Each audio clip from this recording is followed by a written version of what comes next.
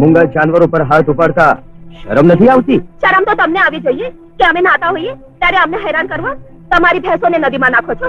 કેમ, આ નદી તારા બાપની છે? એ ખબરદાર, જો એલ સેલ બોલ્યો છે તો આ સોટાથી તારું માથું રંગી નાખતા મુળાંદેનો હાથ જરાય અચ્છા છે નહીં. અરે બાંદરા પર હાથ ઉપાડનાના હાથ એને ભાંગી નાખતા આવડે છે, સમજી?